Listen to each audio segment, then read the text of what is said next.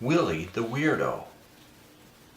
Willie's mom and dad thought their son was strange, with his careful study of dead birds and his collections of dead bugs, and the way he might look at drifting clouds for an hour or more. But only Roxy would say it out loud. "Willie the Weirdo," she called him one night at the dinner table while Willie was making, trying to anyways, a clown face in his mashed potatoes with gravy for eyes. Willie was 10. Roxy was 12 and getting breasts, of which she was very proud. Except when Willie stared at them, which made her feel creepy. "Don't call him that," Mother said. She was Sharon. "But it's true," Roxy said. Father said, "I'm sure he gets enough of that at school." He was Richard. Sometimes, often, the family talked about Willie as if he wasn't there, except for the old man at the foot of the table. "Do you get that at school?" Grandfather asked. He rubbed a finger between his nose and upper lip, his habit after asking a question or answering one. Grandfather was James. Ordinarily, during family meals, he was a silent man, partly because it was his nature, and partly because eating had become a chore. He was making slow work of his roast beef. Most of his teeth were gone. "I don't know," Willie said. "I guess sometimes." He was studying his mashed potatoes. The clown was now grinning a shiny brown grin with small globules of fat for teeth. Sharon and Roxy cleaned up after dinner. Roxy enjoyed doing the dishes with her mother. It was a sexist division of labor, to be sure, but they could have undisturbed conversations about important matters, such as Willie. Roxy said, "He is weird. Admit it. That's why he's in the remedial." Sharon looked around to make sure they were alone.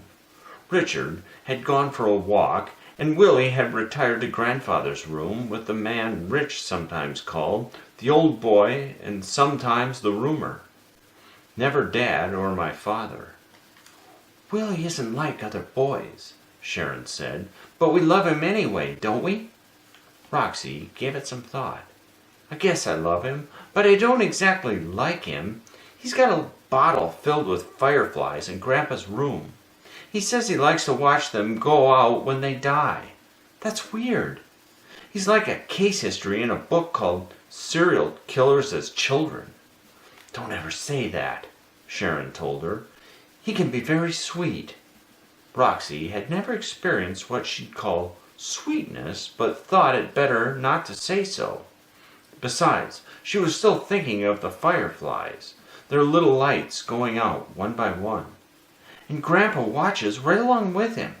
They're in there all the time, talking. Grandpa doesn't talk to anyone else, hardly. Your grandfather has had a hard life. He's really not my grandpa anyway. Not by blood, I mean. He might as well be. Grandpa James and Grandma Ellis adopted your father when he was just a baby. It's not like Dad grew up in an orphanage and got adopted at 12 or something. Dad says Grandpa hardly ever talks to him after Grandma Elise died. He says there were nights when they hardly said 6 words to each other. But since he came to live with us, he and Willie go in there and talk up a storm. It's good they have connection, Sharon said, but she was frowning down at the soapy water. It keeps your grandfather tethered to the world, I think. He's very old. Richard came to them late, when James and Elise were already in their 50s.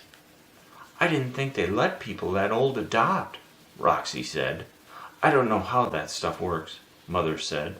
She pulled the plug, and the soapy water began to gurgle down the drain.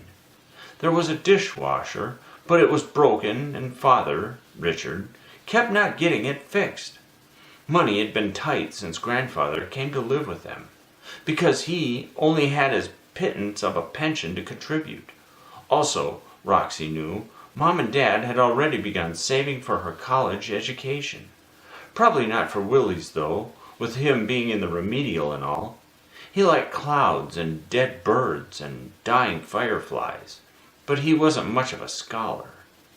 "I don't think Dad likes Grandpa very much," Roxy said in a low voice. Mother lowered hers even further, so it was hard to hear over the last few chuckles from the sink. "He doesn't? But Rox?" "What?" "This is how families do. Remember when you have one of your own." Roxy never intended to have children, but if she did, and one of them turned out like Willie, she thought she'd be tempted to drive him into the deepest, darkest woods, let him out of the car, and just leave him there, like a wicked stepmother in a fairy tale. She briefly wondered if that made her weird, and decided it didn't. Once she heard her father tell Mother that Willie's career might turn out to be bagging groceries at Kroger's.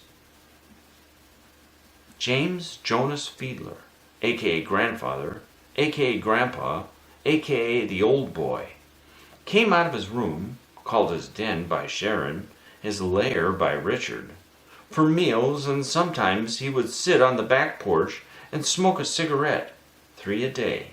But mostly he stayed in the small back bedroom that had been Mother's study until last year. Sometimes he watched the little TV on top of his dresser, 3 channels, no cable.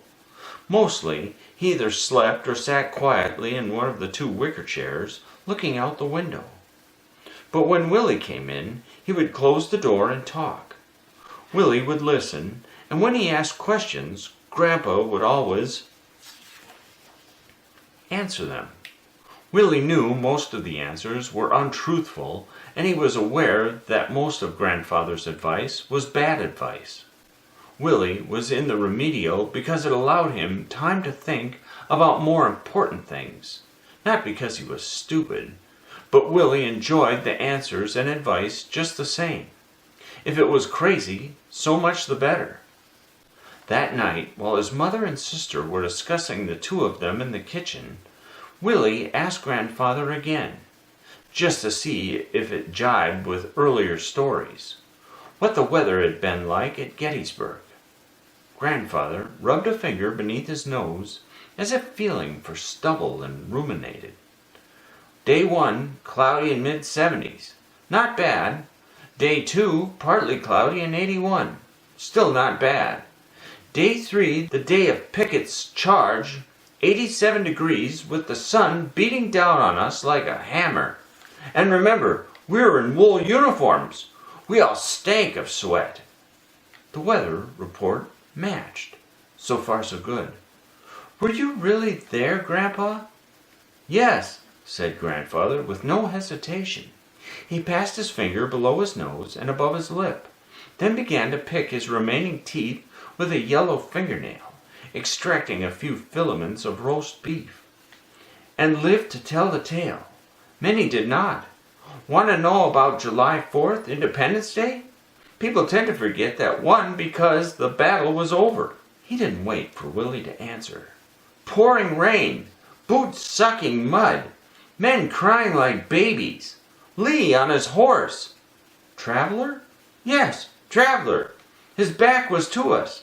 He had blood on his hat and the seat of his breeches, but not his blood. He was unwounded. That man was the devil." Willie picked up the bottle on the windowsill, Heinz Relish on the fading label, and tilted it from side to side, enjoying the dry rustle of the dead fireflies. He imagined it was like the sound of the wind in graveyard grass on a hot July day. "Tell me about the flag boy." Grandfather passed his finger between nose and lip. "You've heard that story 20 times. Just the ending. That's the part I like." "He was 12, going up the hill beside me, stars and bars flying high. The end of the pole was socked into a little tin cup on his belt. My mate, Micah LeBlanc, made that cup. We were halfway up Cemetery Hill when the boy got hit spang in the throat." "Tell about the blood." "His lips parted. His teeth were clenched. In pain, I suppose. Blood squirted out between them." "And it gleamed?" "That's right." The finger took a swipe beneath his nose, then returned to his teeth, where one pesky filament remained. It gleamed like rubies in the sun, and you were really there? Didn't I say so? I was the one who picked up the Dixie flag when that boy went down. I carried it 20 more running steps before we were turned back not a stone's throw from the walk wall the bluebellies were hiding behind. When we skedaddled, I carried it back down the hill again. Tried to step over the bodies, but I couldn't step over all of them because there were so many. Tell about the fat one. Grandfather rubbed his cheek, scritch, then under his nose again, scratch.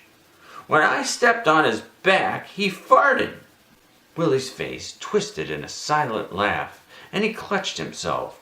It was what he did when he was amused, and whenever Roxy observed that knotted face and self-hug, she knew he was weird. There, Grandpa said, and finally dislodged a long strand of beef. Feed it to the fireflies. He gave the strand to Willie, who dropped it on top of the dead fireflies in the Heinz jar. Now tell me about Cleopatra. Which part? The barge. Aha! The barge, is it? Grandfather caressed his philtrum, this time with his fingernail. Scritch. I don't mind. The Nile was so broad we could hardly see across it, but that day it was as smooth as a baby's belly. I had the rudder. Willie leaned forward, rapt. On a day not long after the roast beef and the mashed potatoes that made a clown face, Willie was sitting on a curb after a rainstorm. He had missed the bus going home again, but that was all right. He was watching a dead mole in the gutter, waiting to see if the rushing water would wash it into a sewer grate. A couple of big boys came along, trading arm punches and various profane witticisms. They stopped when they saw Willie. Look at that kid hugging himself, one said. Because no girl in her right mind ever would, said the other. It's the Freako, said the first. Check out those little pink eyes. And the haircut, said the second. Looks like somebody sculpted him. Hey, short bus kid. Willie stopped hugging himself and looked up at them. Your face looks suspiciously like my ass, said the first, and accepted a high five from his companion. Willie looked back down at the dead mole.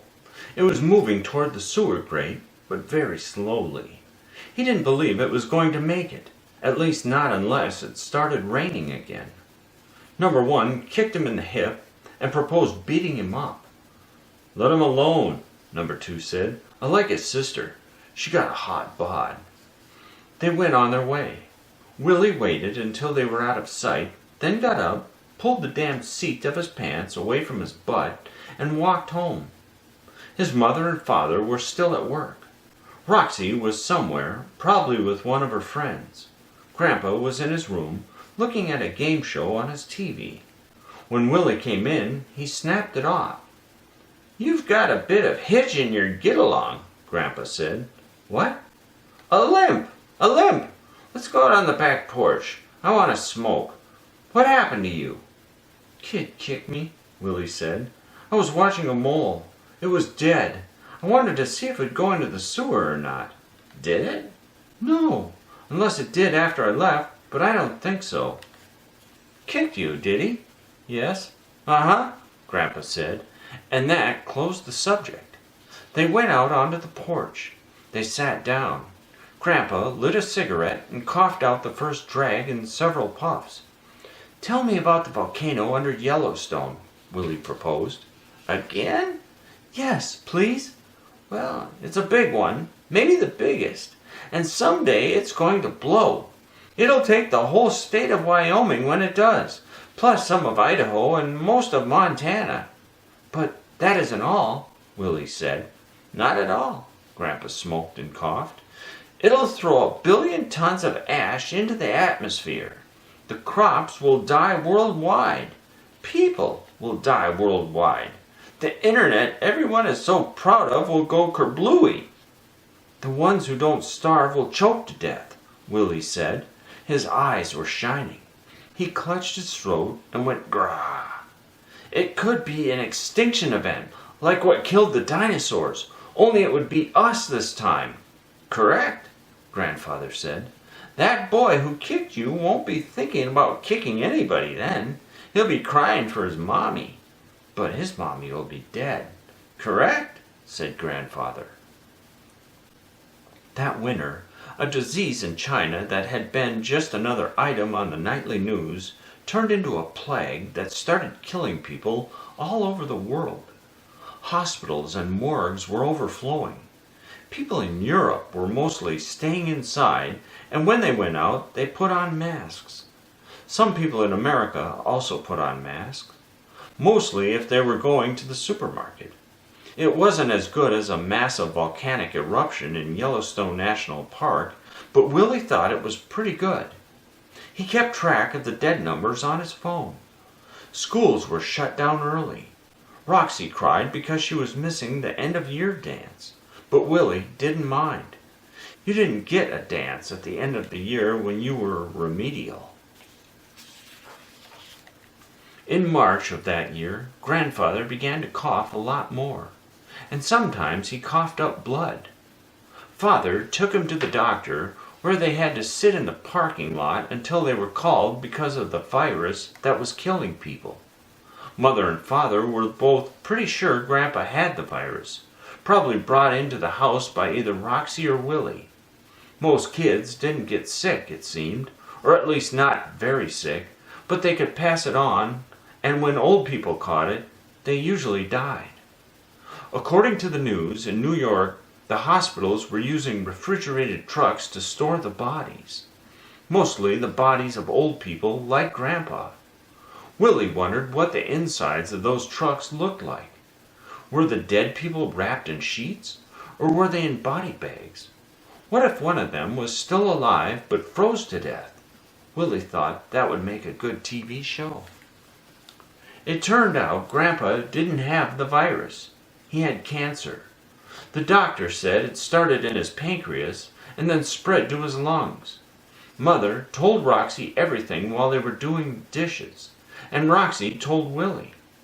Ordinarily, she wouldn't have done that. Usually, the kitchen after supper was like Vegas. What got said there stayed there. But Roxy couldn't wait to tell Willie the Weirdo that his beloved Grandpa was circling the drain. Daddy asked if he should go in the hospital, she told Willie, and the doctor said if you don't want him to die in 2 weeks instead of in 6 months or a year, take him home. The doctor said the hospital is a germ pit and everybody who works there has to dress like a sci-fi movie, so that's why he's still here. Aha, Willie said. Roxy elbowed him. Aren't you sad? I mean, he's the only friend you've got, right? Unless you're friends with some of your fellow weirdos at that school, which, Roxy made a sad wah-wah trumpet sound, is now closed just like mine. What will happen when he can't go to the bathroom anymore? Willie asked. Oh, he'll keep going poop and pee until he dies. He'll just do it in bed. He'll have to wear diapers. Mom said they'd put him in a hospice, only they can't afford it. Aha, Willie said. You should be crying, Roxy said.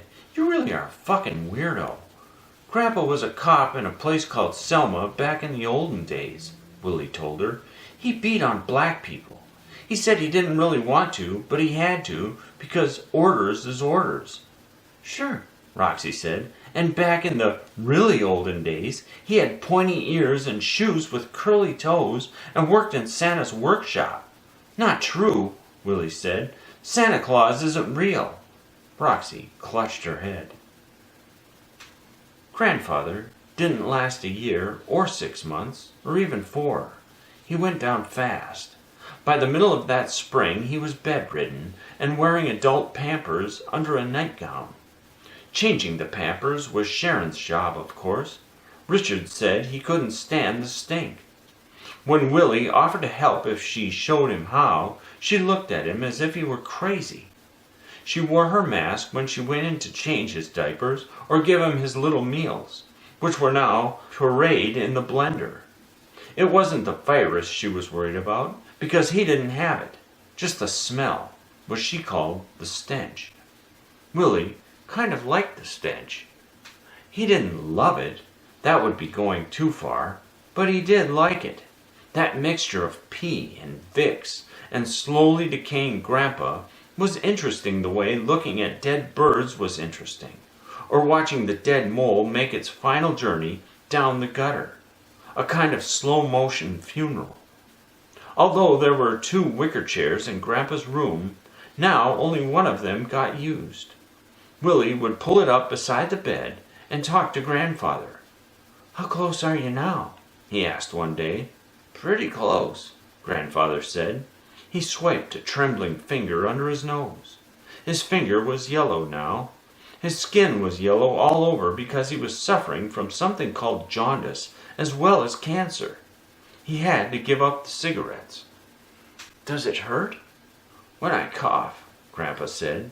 His voice had grown low and harsh, like a dog's growl. "The pills are pretty good, but when I cough it feels like it's ripping me up." "And when you cough, you can taste your own shit?" Willie said, matter-of-factly. "Correct. Are you sad?" "Nope, all set." Outside, Sharon and Roxy were in the garden, bent over so all Willie could see was their sticking-up asses, which was fine. "When you die, will you know?" "I will if I'm awake." "What do you want your last thought to be?" "Not sure. Maybe the flag boy at Gettysburg." Willie was a little disappointed that it wouldn't be of him, but not too. "Can I watch?"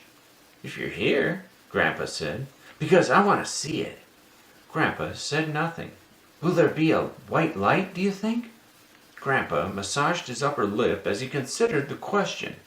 "Probably. It's a chemical reaction as the brain shuts down.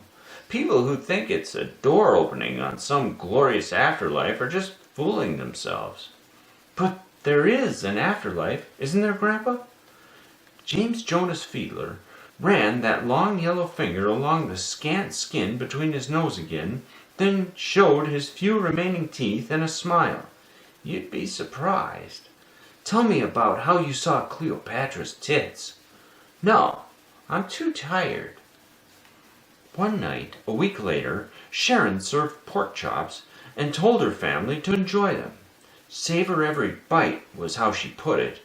There won't be any more chops for a while. Bacon either. The pork processing plants are closing down because almost all of the workers have the virus. The price is going to go through the roof. "A day no pigs would die," Roxy exclaimed, cutting into her chop. "What?" her father asked. "It's a book.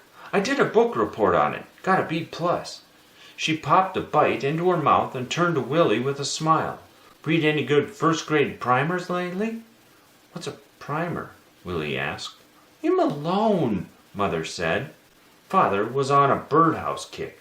A local gift shop took them on consignment and actually sold a few. After dinner, he went out to his little garage workshop to build another one. Mother and Roxy went into the kitchen to do the dishes and jabber. Willie's job was clearing the table. When it was done, he went into Grandpa's room. James Fiedler was now only a skeleton with a skin-covered skull face. Willie thought that if the bugs got into his coffin, they wouldn't find much to eat. The sickroom smell was still there, but the smell of decaying Grandpa seemed to be almost gone. Grandpa raised a hand and motioned Willie over. When Willie sat down beside the bed, Grandpa beckoned him closer. "This is it," he whispered. "My big day." Willie pulled his chair closer. He looked into Grandpa's eyes. "What's it like?" "Good," Grandpa breathed. Willie wondered if he looked to Grandpa like he was retreating and getting dim. He saw that in a movie once. "Come closer." Willie couldn't pull his chair any closer, so he bent down almost near enough to kiss Grandpa's withered lips. "I want to watch you go. I want to be the last thing you see." "I want to watch you go," Grandpa repeated. "I want to be the last thing you see." His hand came up and grasped the nape of Willie's neck with surprising strength. His nails dug in. He pulled. "You want death?" Get a mouthful." A few minutes later, Willie paused outside the kitchen door to listen. "We're taking him to the hospital tomorrow," Sharon said. She sounded on the verge of tears. "I don't care what it costs. I can't do this anymore." Roxy murmured something sympathetic. Willie went into the kitchen. "You won't have to take him to the hospital," he said. "He just died." They turned to him, staring at him with identical expressions of shock and dawning hope. Mother said, "Are you sure?" "Yes," Willie said, and stroked the skin between his lip and nose with one finger. The end. Willie the Weirdo. Copyright 2024 by Stephen King. Thank you for watching until the end. Please like our video and leave us a comment to let us know what you think of the story. Did the ending surprise you? If you are new to our channel, subscribe now and be sure to check out our other English short stories.